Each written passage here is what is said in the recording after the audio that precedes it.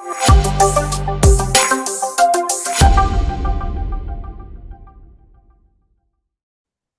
gente vai conversar um pouquinho com a minha colega, minha amiga de muito tempo, que eu não vejo há algum tempo também, a Marcela. Tudo bom, Marcela? Queria que você se apresentasse um pouco para as pessoas e contasse um pouco do seu trabalho que você está desenvolvendo. Oi, Laura. Meu nome é Marcela Ita, eu sou psiquiatra da infância e da adolescência, e eu trabalho atualmente num CAPS infanto-juvenil, na região da Vila Prudente, e atendo também no consultório. Né? A Laura me chamou para poder conversar um pouco sobre promoção de saúde, autocuidado, né? Eu fiquei pensando nessa última semana, né, um pouco sobre o que falar, do que trazer. E aí, muitas vezes, quando eu atendo uma criança, ela não sabe muito bem por que que vai passar comigo. E eu gosto muito de falar que eu sou uma psiquiatra que eu cuido dos comportamentos, cuido dos sentimentos. Eu acho que isso dá um norte, né, para se entender um pouco do que é que eu vou fazer na consulta. Né? Já os adolescentes muitas vezes já vêm com uma demanda mais pronta, né? Já sabem o que eles estão querendo, assim como os adultos. E eu acho que o que me atrai muito na psiquiatria da infância e da adolescência, porque eu geralmente vou fazendo parte de uma equipe, né? Eu não atendo sozinha, muitas vezes o paciente está sendo acompanhado por psicólogo, por fonoaudiólogo, né? Terapeuta ocupacional, musicoterapeuta. E aí eu vou fazer parte de uma equipe muitas vezes para compor o cuidado de uma pessoa, né? Poder olhar, entender o diagnóstico, entender o momento dela, entender o lugar da criança na família, né? E pensar em estratégias de como ajudar. Eu estava conversando um pouco com a Laura, falando o quanto o papel do psiquiatra muitas vezes é ali sustentar a frustração das demandas que trazidas, das coisas que deveriam acontecer, mas não acontecem, né? Das expectativas dos pais, dos próprios indivíduos, e o quanto a gente vai ajudando a lidar com isso, assim, com a falta, com o que não tem, com o que não é, né? E porque a vida é assim, né? Era difícil, tem uma série de frustrações. É claro que a gente nem sempre vai estar adoecido por conta disso. Eu acho que acaba chegando no psiquiatra quem está passando por um processo de adoecimento. Mas o quanto a gente precisa criar estratégias para poder lidar e sustentar a frustração. Uhum. Né? Eu fiquei pensando assim também em algo que ela me trouxe assim dos pais que sempre pedem dicas, né, do que fazer, de como ajudar o filho. Eu sempre proponho que eles olhem para os filhos como eles são, o que eles podem, o que eles não podem, o que eles gostam, o que eles não gostam, e que eles possam a partir daí deles, dos filhos deles, para buscar aí o que é que funciona ou não. Assim, não tem um discurso pronto, uma regra pronta, assim, limite de fato é muito importante, todo mundo precisa de limite, né? O limite organiza, ninguém pode fazer o que quer com o outro, nem consigo mesmo, né? Tem que ter um respeito. Mas se a gente olha para a pessoa como ela é, com o que ela pode, incentiva ela a dar um passinho adiante, isso faz toda a diferença, porque muitas vezes as pessoas vêm muito chateadas porque as pessoas não são ideais. Uhum. E ninguém é todos reais. E quanto mais a gente quer que o outro seja um ideal, mais o sofrer. Né? Então, acho que o que está muito em jogo é olhar para a pessoa e respeitar ela e aceitar ela do jeito que ela é. Aqui pensando, falando nessa questão do autocuidado, né? Assim, eu acho que muitas vezes quando chega uma pessoa com um quadro depressivo, tá tudo muito difícil, a pessoa não tá conseguindo dar conta de uma série de coisas, tá num turbilhão de pensamentos negativos, de desânimo.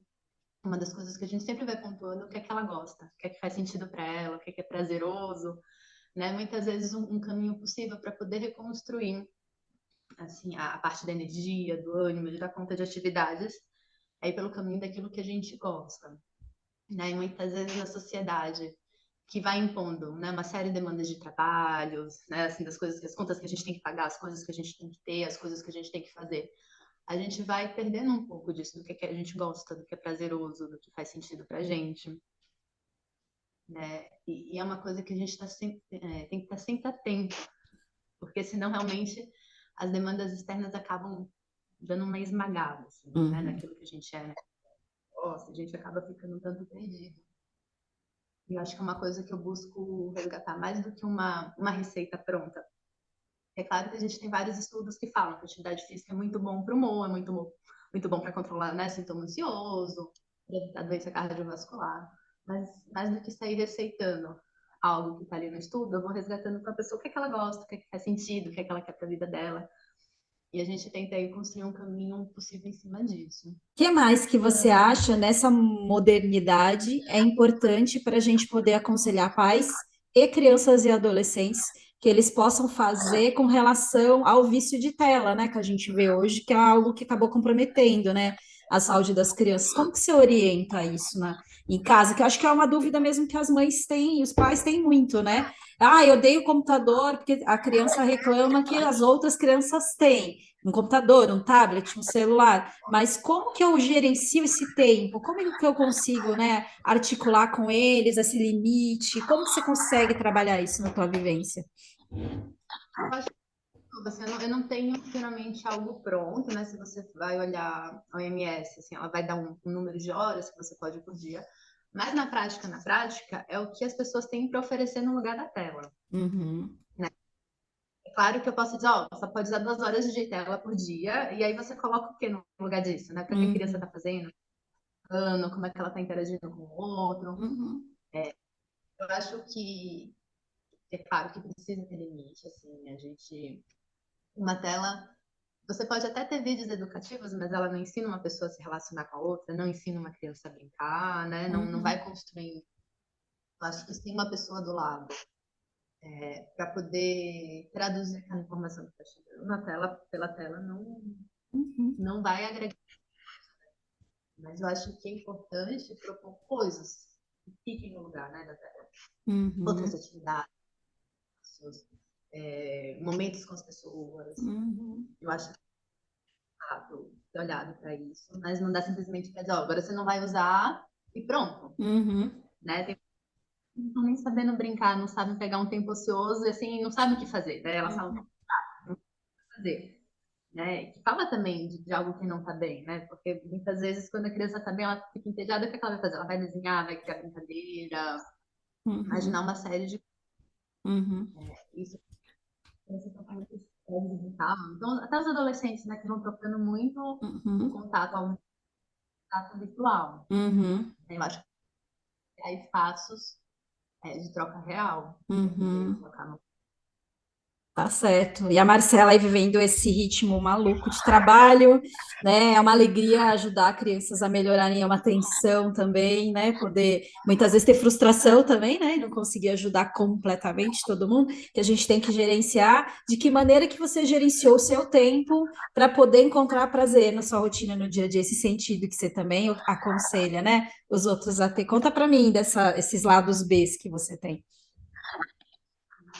A gente estava conversando, né? E tem uma coisa que eu gosto muito, que é a decoração de interiores, assim, que eu vejo como uma grande saída criativa da vida, assim, um lugar para criar. É, é, eu acho que poder cuidar da minha casa, né? Me cercar de coisas que eu acho bonitas. Eu sou uma pessoa que eu gosto muito de garimpar, eu gosto muito das histórias dos objetos, né? De imaginar que algo já passou por alguém, né? Ele vem de uma determinada época. O design fala aí sobre algo, fala sobre o momento, né, em que o objeto foi criado. Eu gosto muito disso, né? E eu acho que essa é uma forma que eu encontrei de me expressar, de estar cercada por coisas que eu gosto, de me sentir bem, né? Eu acho que essa é a grande saída. Eu gosto bastante de dançar, né? E eu tenho feito nos últimos anos um resgate, tanto pela dança flamenca, agora pelo balé, que é uma coisa que eu fiz na infância, fiz na adolescência, eu consegui voltar esse ano, estou bastante feliz. De criar tempo mesmo para poder fazer atividade física, para poder fazer a dança, que é uma coisa que para mim é bastante prazerosa. E aí eu acostumo, na verdade, pensar um pouco na minha grade horária do ano, ver o horário das aulas, ver como é que eu vou encaixar as coisas. De Uhum, forma geral, olho, eu sei que eu tenho uma flexibilidade maior, né, profissional, no sentido do consultório, até no CAPS Infantil Juvenil, às vezes eu consigo propor uma carga horária um pouquinho mais flexível, mas eu vou escolhendo minha carga horária de trabalho também de acordo com as coisas que eu quero fazer, uhum. né? dança, com horário de aula de curso. Então, geralmente, eu Uhum, vou me organizar, vou pensando no que eu quero para o ano seguinte, e aí eu vou fazendo uhum, escolhas nesse, né? E são coisas, eu converso muito, alguns pacientes adultos trazem muito para mim, de não conseguir desligar. Né? E eu também tenho isso, às vezes, de não uhum, conseguir desligar das coisas que vão acontecendo enquanto a gente está pensando em mil coisas ao mesmo tempo. E aí eles vão me trazendo, às vezes, os lugares que eles conseguem desligar, né? Das uhum, coisas que eles conseguem desligando, quanto isso é importante. E aí eu vejo que tanto a dança quanto, quanto a decoração são lugares que eu desligo do mundo, assim, né? Dos uhum, problemas, das ruins. Eu uhum. consigo estar presente no Sim, momento. aham, Faz toda a diferença, porque de fato é exaustivo a gente estar ligado, né? Em tudo ao mesmo tempo, pensando em tudo ao mesmo tempo. uhum. E essa é a forma que você consegue se cuidar, né? Um autocuidado diferente.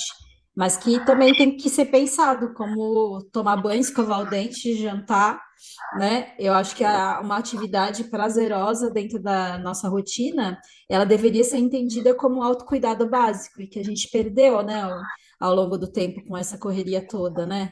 Então, eu acho importante isso que você falou, né? Eu monto a minha escala de trabalho já pensando que vai ter como incluir o que eu gosto de fazer, né? Porque as pessoas falam, ai, mas eu não tenho tempo. Eu falo, esse tempo não vai existir. Você vai ter que criar esse tempo e imaginar que, como você tem que escovar o dente todo dia, você vai ter que inserir uma atividade que te dá prazer todo dia. É assim que você vai conseguir fazer com que ela exista.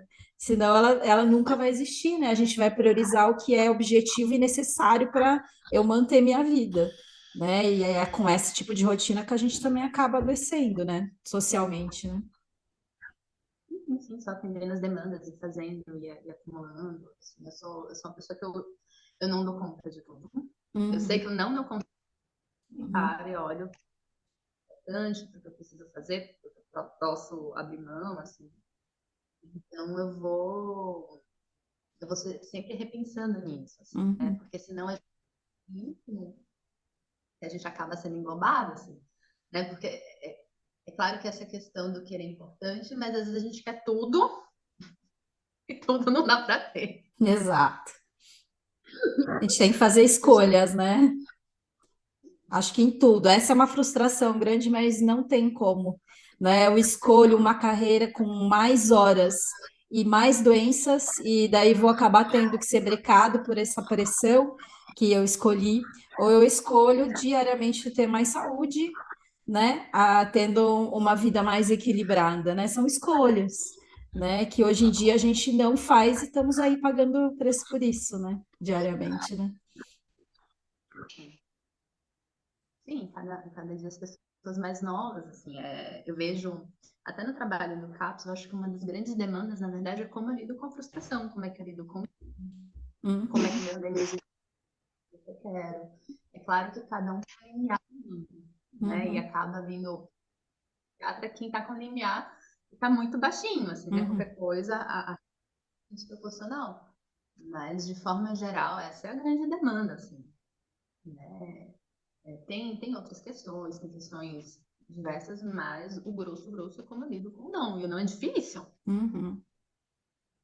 Todo mundo, inclusive pra gente. Claro, inclusive para nós adultos aí, né?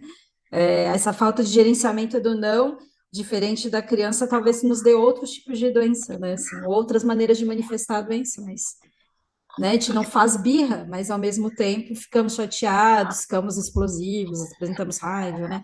De alguma maneira a gente também expressa essa frustração, que é algo que a gente tem que lidar e conviver, né?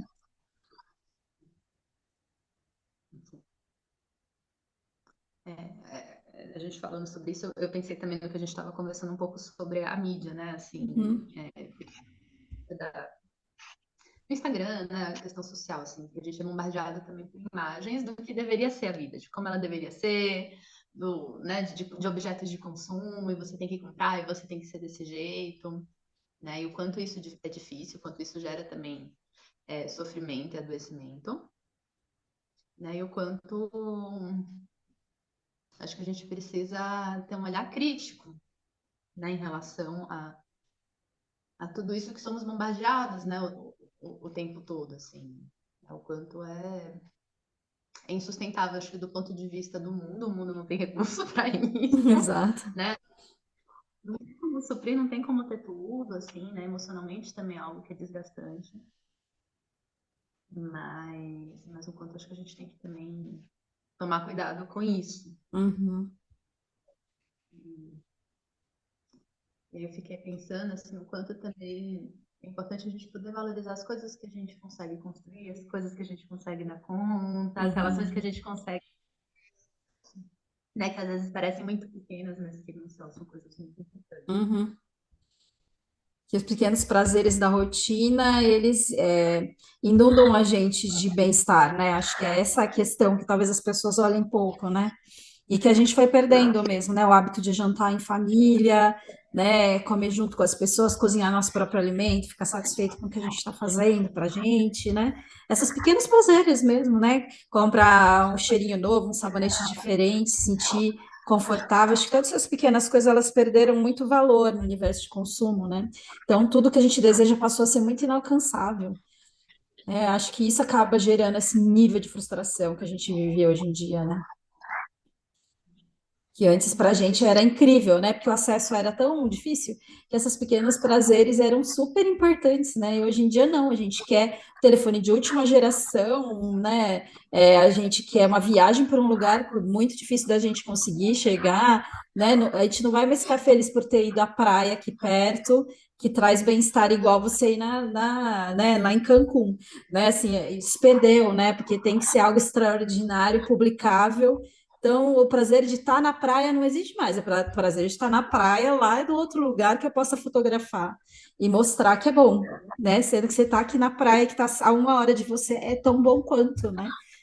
E é Tá prazeroso no parque, também, né? Tá no parque da própria cidade, né? coisas mais simples, sim. Aham. É, tem um excesso de frustração mesmo que não deveria estar, a gente não deveria estar sendo assim, né? Bombardeado por isso, né? E para criança, Sim, para adolescente, exato, a gente pode pontuar isso, a gente pode mostrar isso para eles, né? claro. A vida não é isso. Aquele é um cenário, né, que a gente costumava brincar antes, né? É um cenário que atrás é de papelão, né? Na verdade, ele não é o cenário de verdade, né? Ou essa viagem que a pessoa fez é temporária, ela vai ficar alguns dias depois vai voltar para a realidade dela, né? Então, não é tudo daquela maneira que a gente vê, porque esse é o recorte que a pessoa quis mostrar. Ela não vai mostrar o dia que ela ficou entediada ou que ela, né, ficou triste, né? Mas esse dia existe também, todos nós temos, né? Acho que isso é natural. A gente só tem que estar atento se a gente está todos os dias assim, daí a gente realmente está com um adoecimento, né?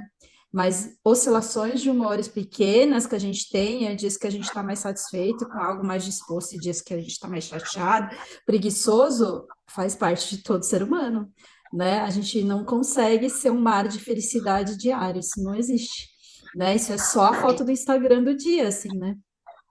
É Nem basicamente isso. ajuda, mas também não resolve os Exato. dias de tédio. Exato, a gente Cada tem dia. tédio, né? Tem o dia do tédio, tem o dia que a gente está mais triste, tem o dia que a gente está mais empolgado, então a gente está mais feliz, mas não existe uma constância, né, de foto do Instagram que a gente acha que é, né? A vida não é esse álbum, né? Esse, é igual álbum de fotografia, né? O álbum de fotografia nosso tem momentos especiais da nossa vida. O Instagram é um álbum, na verdade, né? Então ele só tem os momentos especiais da vida como o álbum de fotos que a gente tinha antes físico, né? Que a gente se arrumava para poder tirar foto e ter o registro daquele momento. O Instagram é um pouco isso, né? A gente precisa se arrumar menos do que era antes, mas é isso, é a vida arrumada, não é a vida como ela é, né? É um recorte, né? A gente só vê o que tá ali nessa moldura, o que tá fora. A gente não sabe, né? A gente não sabe exatamente quem é essa pessoa que está ali, porque a gente só tem esse recorte dela em momentos especiais e felizes, né? Então, a gente, pessoalmente, esse indivíduo a gente não conhece. E ele tem todos os sofrimentos que você que está em casa também tem. E que isso é natural, né? Do dia a dia.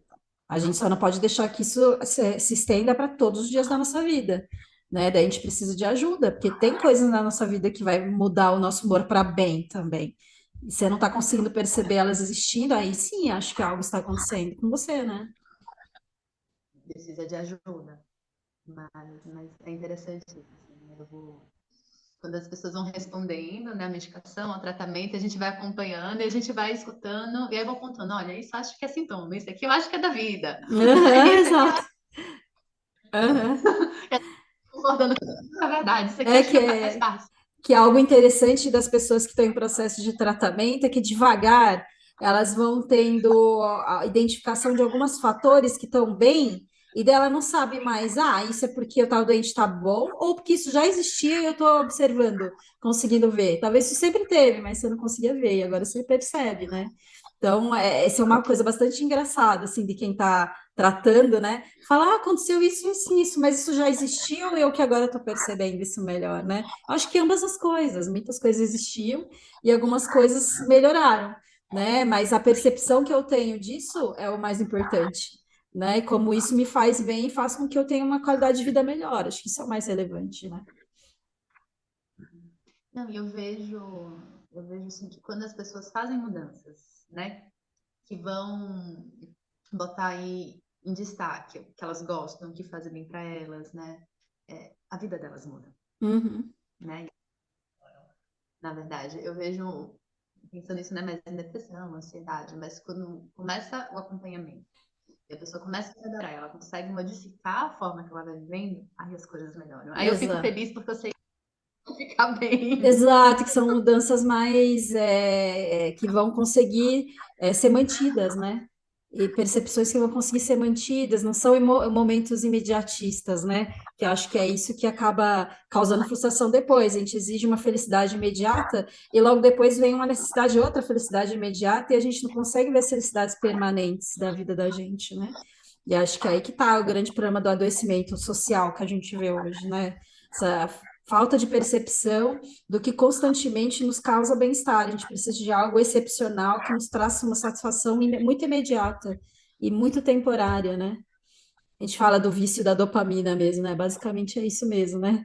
A dopamina é um dos transmissores, vamos dizer, neurotransmissores que a gente fala, os hormônios de humor, né? Que estão no nosso cérebro, que estão relacionados ao prazer. Então a gente precisa, para esse tempo inteiro, ficar alimentando o nosso cérebro de a injeção desse hormônio para poder continuar vivendo. Né, sendo que ele está lá sendo, né, produzido e sendo produzido para nosso corpo responder constantemente. Mas a gente se torna viciado, como um vício em qualquer outra droga também, nesse bem-estar imediato e muito intenso. Né? Então, quando você não está vivenciando isso, você fica como se fosse uma abstinência, né? E fica nesse sofrimento para ter algo muito bom que alimente o nosso cérebro com esse prazer muito grande, né? Daí vamos aí a milhares de adoecimentos emocionais aí que a gente conhece, né? Eu tô aqui pensando de forma geral, apesar de ter muito, acho que tem muito isso, eu também vejo muitas pessoas assim, conseguem fazer uma construção de coisas, dos pequenos prazeres da vida, dos momentos que são importantes, né, valorizando as relações. Eu vejo também muitas pessoas assim conseguindo enxergar e construir isso. Não sei Uhum. se é um viés fórum, mas eu acho que o processo terapêutico também, né, muitas vezes com o Claro. psicólogo, Uhum.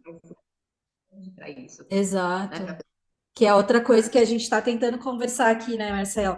Que as pessoas imaginam, eu estou um pouco infeliz, não estou conseguindo dormir bem. Eu vou no médico e vai dar um remédio, isso está 100% resolvido. E não é assim que funciona, né? A gente ajuda, mas vamos dizer que 50%, os outros 50% cabe muito ao paciente, né? Ele vai tomar a medicação, mas ele está fazendo exercício, está conseguindo dormir direito, comer direito, promover atividades que dão prazer, né? Se ele não fizer tudo isso, né, uma psicoterapia e outras atividades, né, que podem ser promovidas por uma equipe multidisciplinar ou mesmo por ela mesma, por uma melhora do autocuidado, não vai ter uma promoção completa de saúde. Né? Porque a medicação ela mexe no hormônio, mas o que a gente sente, a emoção que a gente sente, o quanto a gente vai prejudicando o corpo com estresse, não melhora sozinho, né? E não tem remédio que mude o estresse se a gente não mudar a forma de ver a vida, né? tem uma coisa que eu falo, que é horrorosa, assim, mas eu falo, se a gente tá até o pescoço na merda, né? Se tivesse um remédio que fizesse você ficar até o pescoço na merda e tá tudo bem, ia ser uma coisa horrorosa, né? Exato. Que eu, não, eu estou satisfeita de estar nesse lugar horroroso, mas estou feliz por isso, né? Então, é só isso. E o resto, né? E o meu instinto para sair desse lugar e ficar bem fora desse lugar, né? Então, acho que coisas eu tenho que promover para sair deste lugar, né? Que energias eu tenho que mover, né, para eu poder fazer isso. Daí, às vezes, é um pouco chato, porque daí cabe a gente a ter que fazer, mas infelizmente faz parte da gente ter que fazer. Acho que isso em qualquer doença que qualquer pessoa for tratar, né, na verdade. Não existe um tratamento de diabetes com alguém tomando coca normal, né? Não existe tratamento de pressão comendo comida com muito sal, né? Então, todas as doenças têm algo que não depende só do que o médico e a indústria farmacêutica têm a fornecer, né? Depende muito da posição que você toma diante do problema. Na área de saúde mental, talvez mais ainda que qualquer outra doença, né? Precisa muito dessa participação ativa do tratamento, né, dos pacientes, né? Mas é muito bom quando eles conseguem, né? Porque a Sim, vida toda muda. exato. O bem-estar é completamente diferente, né? Então tá bom, Marcela. Foi um prazer a gente conversar, matar a saudade também, né? Que a gente tem tido dificuldade de se ver. E eu agradeço muito da sua compartilhar sua experiência com a gente e a maneira como você conseguiu lidar com esse vendaval do trabalho, né? Médico ou qualquer outro profissional que trabalha em grandes jornadas, aí como que a gente pode construir uma vida mais saudável, né? Muito obrigada. Obrigada, Laura.